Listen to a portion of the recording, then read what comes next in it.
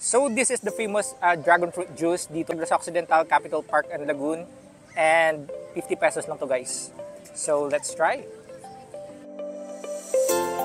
Trending at pinipilahan na dragon fruit juice sa Bacolod.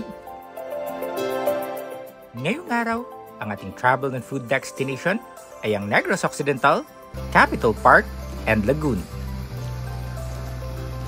Ukay sarap lang mag-relax at pamasyal sa napakagandang park na to. And this is the iconic Golden Carabao. Napakaganda ng view at tanaw mo dito ang Seda Capitol Hotel. Meron pang acoustic band, kaya perfect mag-relax and mag-picnic. O di kaya frenzy feeding sa mga tilapia.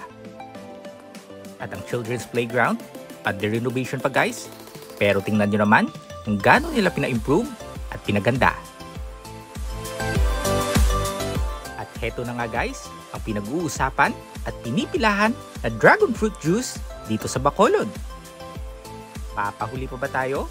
Of course, pipila tayo para matikman natin kung totoo bang masarap itong dragon fruit juice and shake.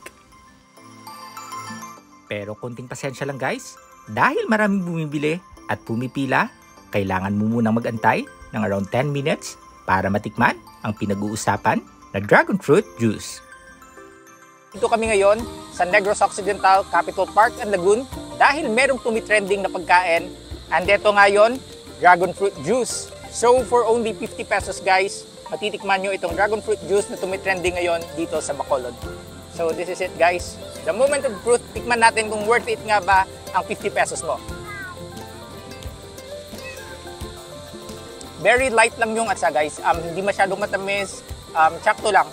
The taste is more on milky side, very creamy.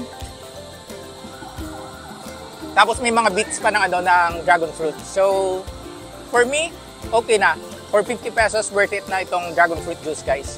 And ito naman ang kanilang dragon fruit shake. So for 80 pesos, ganito nakalaki guys. Haluin natin. So the taste guys, mas matabang. Matabang siya guys. Tapos konti lang yung yung dragon fruit na nalalasahan ko. Mas prefer ko pa itong itong dragon fruit na juice. Mas milky, creamy, tapos with bits of dragon fruit juice. For me, mas worth it itong dragon fruit juice kasi 50 pesos lang siya and then masarap. Te, ready na ko magpalagon? Kag tilawan ang dragon fruit juice and shake? And this is Destination. Till my next food and travel destination.